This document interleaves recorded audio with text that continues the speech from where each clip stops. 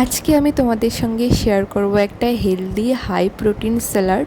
তো ফার্স্টেই এখানে দেখতে পাচ্ছ শসা, টমেটো, পেঁয়াজ সব কিছু কুচি কুচি করে কেটে নিতে হবে। তারপর ছোলা সিদ্ধ করে রেখে দিতে হবে। তারপর সয়াবিন সিদ্ধ করতে হবে আগে থেকে।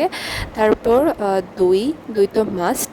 তারপর এই সিদ্ধ সয়াবিনগুলোকে ফার্স্টে ভেজে নেওয়া হচ্ছে, একটু তেল দিয়ে, একটু হালকা একটু মশলা দিয়ে এগুলোকে একটু ভেজে তুলে নেওয়া হচ্ছে। তারপর সেম কড়াইয়ে একটু তেল দিয়ে সেম প্রসেসে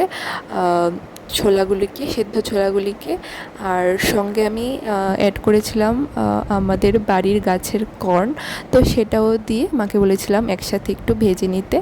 তারপর সবগুলো একসঙ্গে একটা বোলে তুলে নিয়ে তারপর এটার মধ্যে আগে থেকে কেটে রাখা শসা, টমেটো, পেঁয়াজ এই সবগুলোকে দিয়ে দিতে হবে।